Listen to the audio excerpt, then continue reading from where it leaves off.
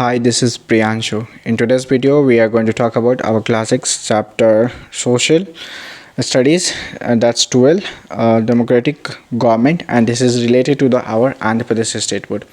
Okay, so if you are looking for the question answers, keyword answer, then this video is perfect for you because in this one, we are going to see the keyword answers and question answers, right? The first question is democracy, monarchy, ruled by the king. Okay, na democracy means the people rule.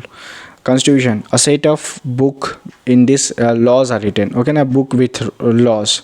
Okay na, elections. Okay na, decision making. Representative. Okay, representative person who represent like representative of the peoples, like MLAs, MP, they are the representative of the